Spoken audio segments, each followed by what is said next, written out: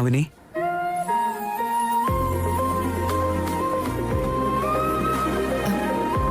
ഏട്ടാ, നിങ്ങളിങ്ങനെ ഇടയ്ക്കിടയ്ക്ക് എന്റെ റൂമിലേക്ക് വരുന്നത് ലാവണ്യവും മറ്റാരെങ്കിലും കണ്ടു കഴിഞ്ഞാൽ അവരതൊരു അഡ്വാൻറ്റേജ് ആയിട്ട് എടുക്കും ഏട്ടാ.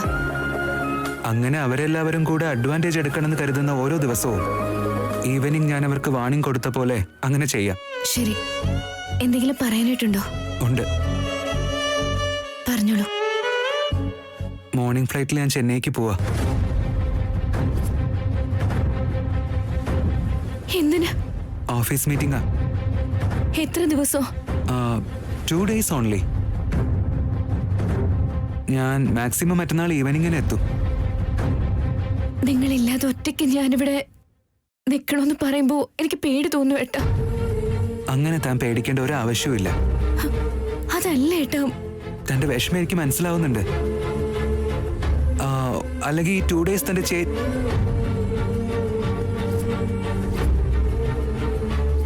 എന്റെ സഹോദരിയെ ആര് കല്യാണം കഴിച്ചാലും അവൻ ഭാഗ്യം ചെയ്തവനാ.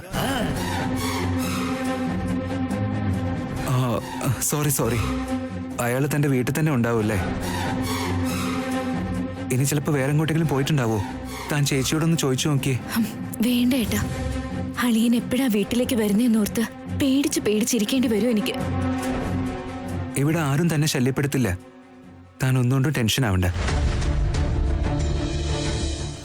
ഞാൻ വരുന്നത് വരെ ഓഫീസിലേക്കൊന്നും പോണ്ട. ആ സാഡിസ്റ്റ് ഗിരി എവിടെ ഉണ്ടാവും. അവൻ വെറുതെ ടോർച്ചർ ചെയ്യും. നിങ്ങൾ പോകുന്നതിൽ എനിക്ക് താല്പര്യമില്ല. തന്നെ ഒറ്റയ്ക്കാക്കി പോകുന്നതില് എനിക്കും സങ്കടമുണ്ട്. കമ്പനി വർക്കാകുമ്പോ വേറെ വഴിയില്ലല്ലോ. കമോൺ, ധൈര്യമായിട്ടിരിക്കും.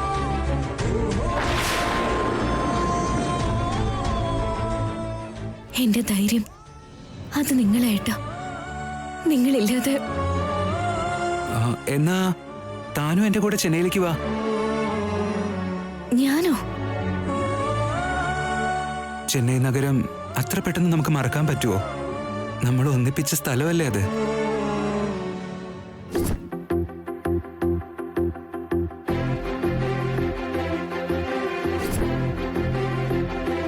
എന്റെ ഡ്രസ്സ് നീ ഇട്ടതും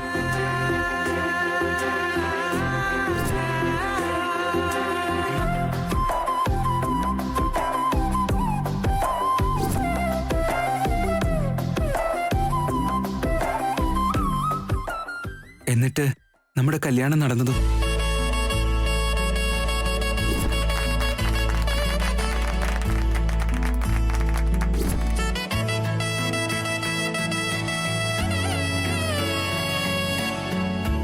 തിരിച്ചു പോരുമ്പോ ടയറ് പഞ്ചറായില്ലേ? നീ നിന്റെ സാരി പിടിച്ച് എനിക്ക് തണല് തന്നില്ലേ?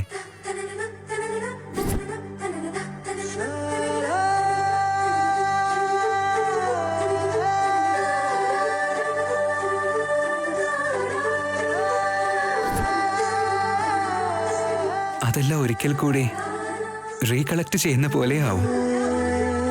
ഇവിടെ ഞാൻ എന്തെങ്കിലുമൊക്കെ പറഞ്ഞ് മാനേജ് ചെയ്യാം. താൻ വരുവോ? നിങ്ങളുടെ സംസാരം ഇപ്പൊ തന്നെ എന്നെ ചെന്നൈയിലേക്ക് കൂട്ടിക്കൊണ്ട് പോയിട്ടുണ്ട്.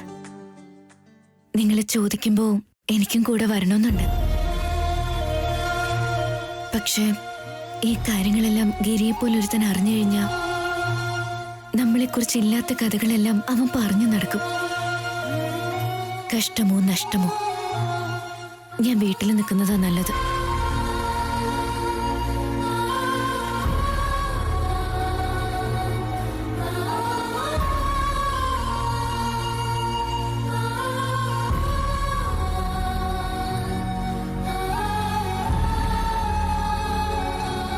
താൻ വെറുതെ ടെൻഷൻ ആവല്ലേ. കൂളായിട്ടിരിക്കെ. എനിക്ക് ഉറക്കം വരുന്നുണ്ട്. ഞാൻ എന്നാ പോയി കിടക്കട്ടെ. Good night. ബൈ.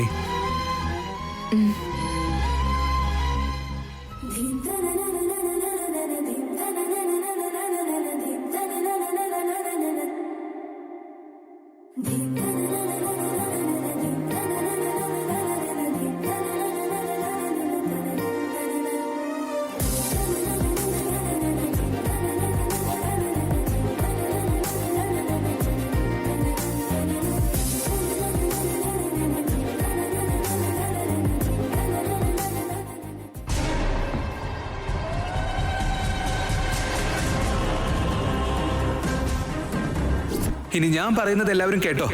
ഇന്ന് തൊട്ട് ഈ ആവനിയെ എന്റെ കാറിൽ ഓഫീസിൽ കൊണ്ടുപോയി അവിടെ ഓഫീസിൽ ഡ്രോപ്പ് ചെയ്ത് എന്റെ കാറിൽ തന്നെ ഞാൻ തിരിച്ചു കൊണ്ടുവരും. ഞങ്ങൾ വെറുതെ ശല്യപ്പെടുത്തരുത്. ഞങ്ങളുടെ കാര്യം നിങ്ങൾ നോക്കണ്ട.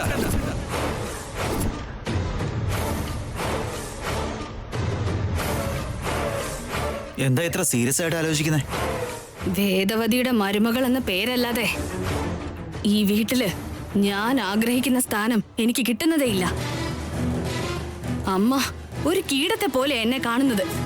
ഞാനൊരു കാര്യം പറഞ്ഞ നിനക്കൊന്നും തോന്നരുത്. നിനക്ക് ജാട കൂടുതലാ, വിനയം കുറവാ.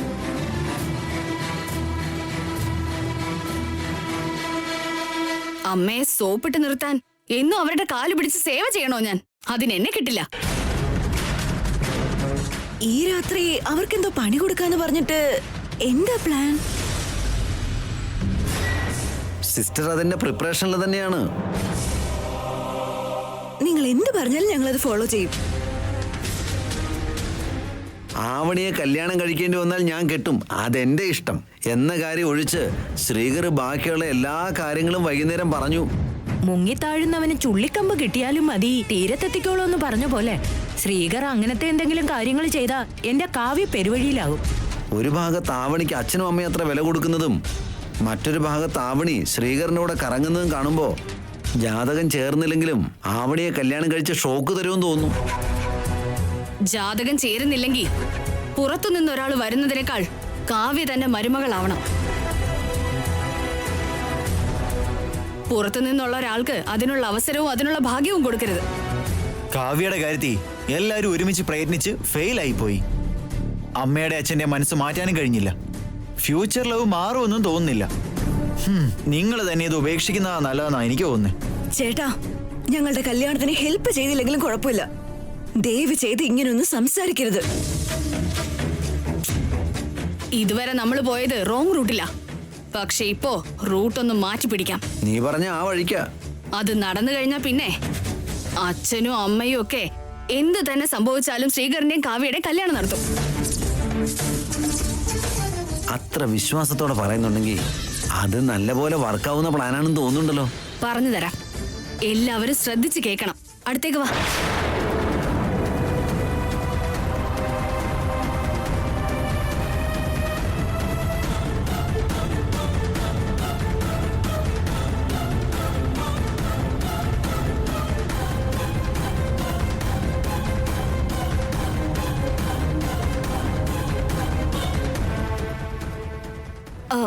പ്ലാൻ എങ്ങനെയുണ്ട്?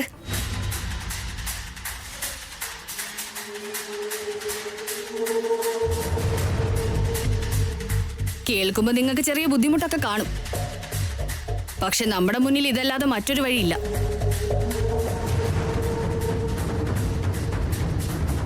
ഞാൻ പറഞ്ഞതുപോലെ ചെയ്യാൻ നീ തയ്യാറാണോ? ശ്രീകരേട്ടന് കിട്ടുമെങ്കിൽ നിങ്ങൾ പറയുന്നത് എന്ത് ഞാൻ അനുസരിക്കും.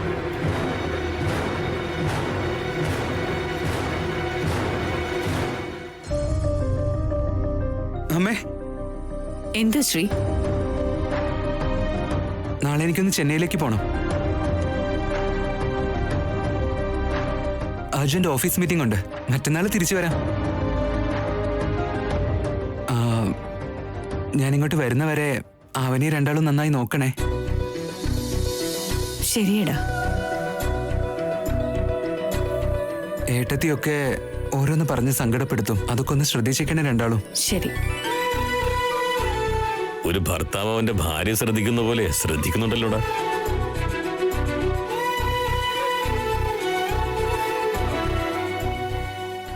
ആവനിയെ ഞങ്ങൾ നന്നായി നോക്കിക്കോളാം. നീ പൊക്കോളും.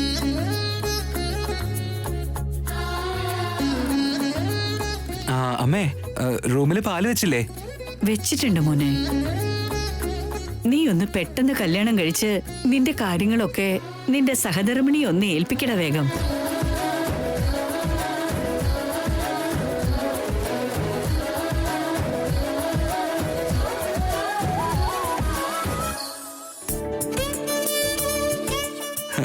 അധികം വൈകാതെ തന്നെ അമ്മയുടെ ആഗ്രഹം എല്ലാം നടക്കും. ശരി അമ്മേ, ഞാനെന്നാ പോയിട്ട് കിടക്കട്ടെ. ബൈ. അവനെ ശ്രദ്ധിക്കണേ അമ്മേ. പോടാ, എത്ര പ്രാവശ്യം പറയണം? പോ.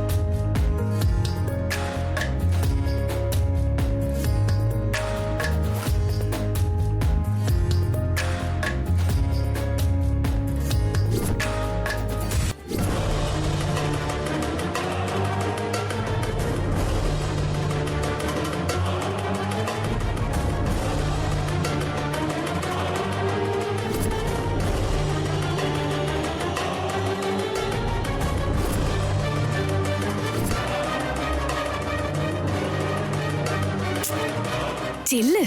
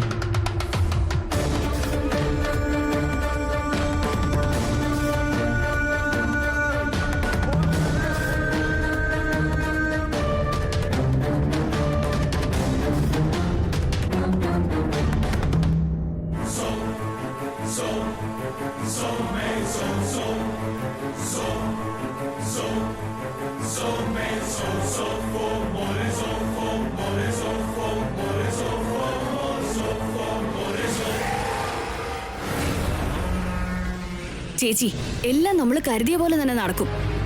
എന്താന്ന് വെച്ചാ ഇപ്പം നമ്മൾ ഉപയോഗിച്ചിരിക്കുന്നത് സാധാരണ അസ്ത്രമല്ല. എന്റെ അനിയനുമായിട്ടുള്ള കല്യാണം നടത്താൻ ഇത്രയ്ക്ക് തരം താഴേണ്ടി വരുമെന്ന് കരുതിയിരുന്നില്ല. പറഞ്ഞയച്ചു കഴിഞ്ഞില്ലേ, ഇനി സങ്കടപ്പെട്ടിട്ട് എന്തിനാ? വാ പോകാം. വാ ചേച്ചി.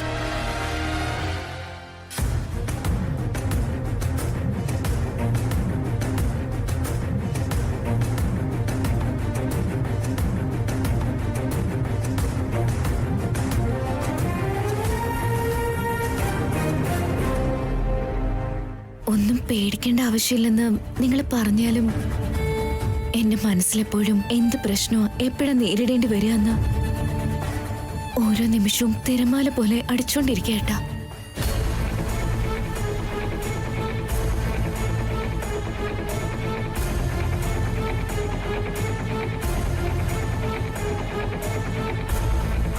ഏട്ടാ, നിങ്ങൾ എന്റെ അടുത്തുണ്ടെങ്കിൽ കർണന്റെ കവചം കയ്യിലുള്ള ധൈര്യത്തോടെ ഞാനിവിടെ ഇരിക്കും.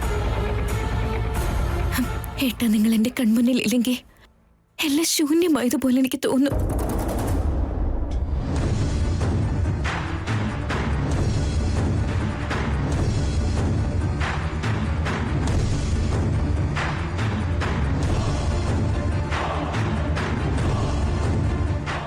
അദ്ദേഹം നാളെ എന്നെ ഒറ്റയ്ക്കാക്കി ചെന്നൈയിലേക്ക് പോവാന്ന് പറയുമ്പോ എനിക്ക് ഉറക്കം പോലും വരുന്നില്ലല്ലോ. നല്ലൊരവസരം കിട്ടിയ എന്നെ ഇവിടുന്ന് പുറത്ത് ചാടിക്കാൻ നോക്കുന്ന ലാവണ്യയും കൂട്ടരെയും ഞാൻ എങ്ങനെ നേരിടും? അദ്ദേഹം തിരിച്ചു വരുന്നത് വരെ ഓരോ നിമിഷവും ഓരോ മണിക്കൂറായിരിക്കും.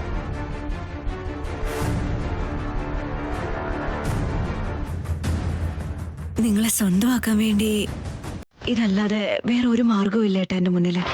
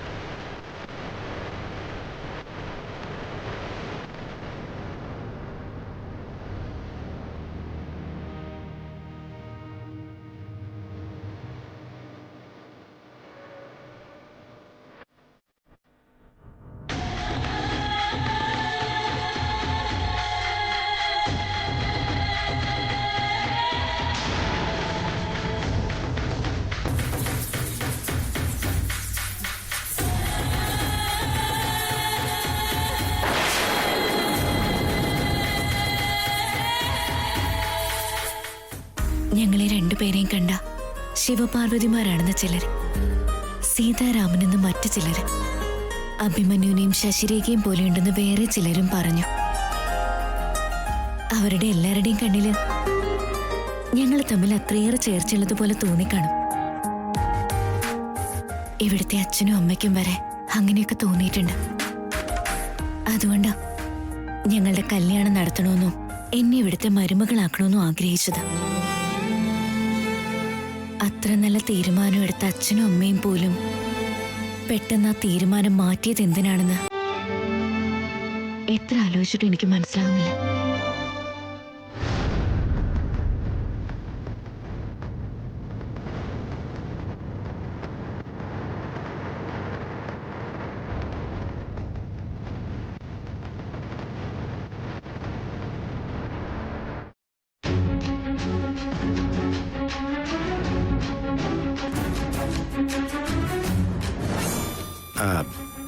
സിസ്റ്റർ, എന്താ ചേട്ടാ?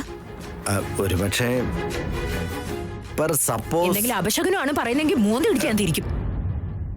നമ്മളിവിടെ അവരുടെ കല്യാണമൊന്നും നടത്തുമല്ലോ. കാവ്യയുടെ കല്യാണത്തിന് വേണ്ടി ഒരു വൃത്തികെട്ട പ്ലാനല്ലേ നടത്തിയത്. നമ്മൾ പ്രതീക്ഷിച്ചതിലും വിപരീതമായി എന്തെങ്കിലും സംഭവിച്ചാൽ അതിനെ എതിർക്കാനും നമ്മൾ തയ്യാറായിട്ടിരിക്കണ്ടേ? ചേച്ചി ഇങ്ങനെ പേടിക്കല്ലേ. അളിയാ, നിങ്ങളുടെ സംശയം എന്താണെന്ന് പറ. പാല് കുടിച്ച് കിടന്നവനെ ഉറക്കത്തിൽ നീക്കില്ലാന്ന് നീ തന്ന സ്റ്റേറ്റ്മെന്റ് നന്നായിട്ടുണ്ട്. ഒരുപക്ഷെ ഉണർന്നാൽ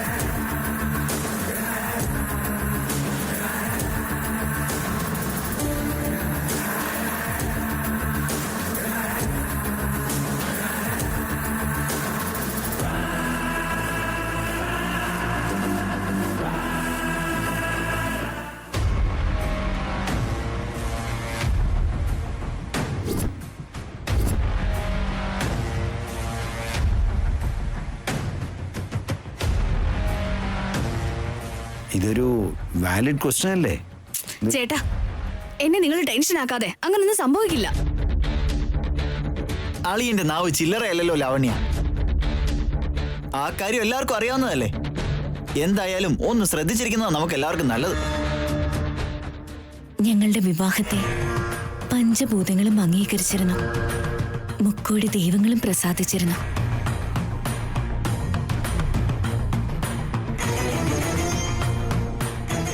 ആശീർവദിക്കാനായുള്ളതും അംഗീകരിക്കാനായുള്ളതും ഇവിടെ കുടുംബം മാത്രമാണ്. ഞങ്ങളുടെ ഈ താലിബന്ധത്തിന് ഒരു തടസ്സവും ഉണ്ടാവാൻ പാടില്ല.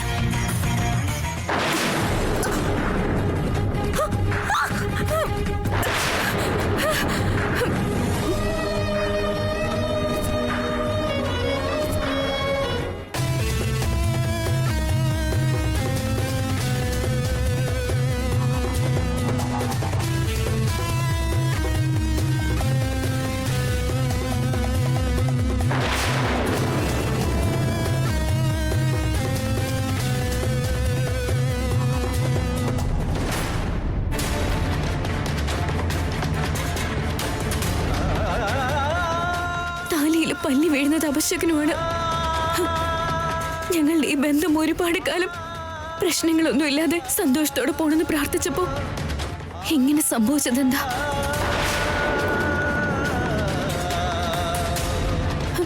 ശ്രീകരായിട്ട് ചെന്നൈയിലേക്ക് പോവാന്ന് പറഞ്ഞ സമയത്ത് ഇങ്ങനെ സംഭവിച്ചത് എന്തായിരിക്കും? എനിക്ക് ഉടനെ തന്നെ ശ്രീകരനായിട്ട് സംസാരിക്കണം.